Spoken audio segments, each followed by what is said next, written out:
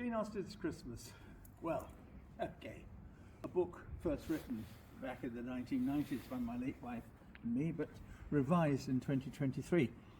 Now, you'll notice some differences between Jane Austen's Christmas and our Christmas. Most notably, there are no lights, no baubles, most surprisingly, no Christmas tree. Now, you'll see from the book that, in fact, Queen Charlotte had a Christmas tree at Kensington Palace, and the children and retainers were invited. But why didn't percolate down to anyone else? Well, for starters, that Christmas tree was a yew, not a spruce, because we weren't growing many spruces in those days. The thing is that for Jane Austen, the greenery went up shortly before Christmas Eve. The family all turned up, and they stayed around for the best part of the month. And the greenery came down much later than we're used to taking it down. And the end of the Christmas season was February the 2nd. Now, her father was a vicar. He would have known this.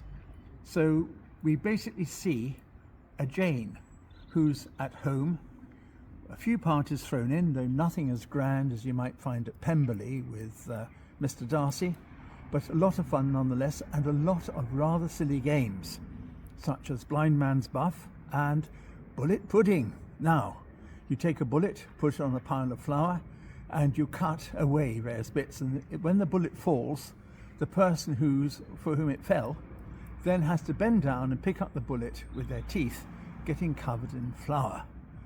Now, that doesn't sound quite like we imagine the sort of polite, restrained, and how should we say, ball-orientated life that Jane Austen portrays in her books, but this is the reality of the late Georgian Christmas.